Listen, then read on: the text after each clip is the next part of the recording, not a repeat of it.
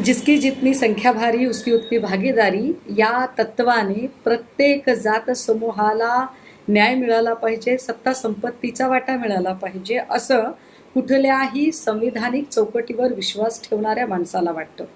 आणि त्याच न्यायाला अनुसरून जातनिहाय जनगणना झाली पाहिजे ही वर्षानुवर्षेची मागणी आहे.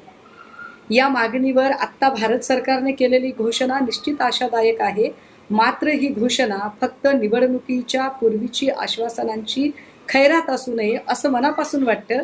कारण 2019ला अशाच पद्धतीची घोषणा राजनाथ सिंगजी यांनी केली होती.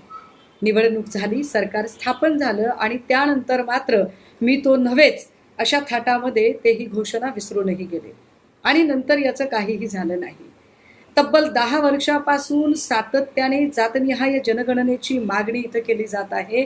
आता नेमकं बिहार निवडणुकीच्या पार्श्वभूमीवर ही केलेली घोषणा फसवी ठरू नये असं आम्हाला वाटतं. कारण अजूनही घोषणा केली आहे, मात्र ही जनगणना कधी होणार, त्याची नेमकी तारीख काय असेल, त्याचे टप्पे कसे असतील, ही सगळी जी जनगणनेची जी प्रक्रिया आहे ती कशा पद्धतीने एक्झिक्यूट केली जाईल याबद्दल कुठलीही शास्त्रशुद्ध माहिती या पत्रकार परिषदेमध्ये दिलेली नाही.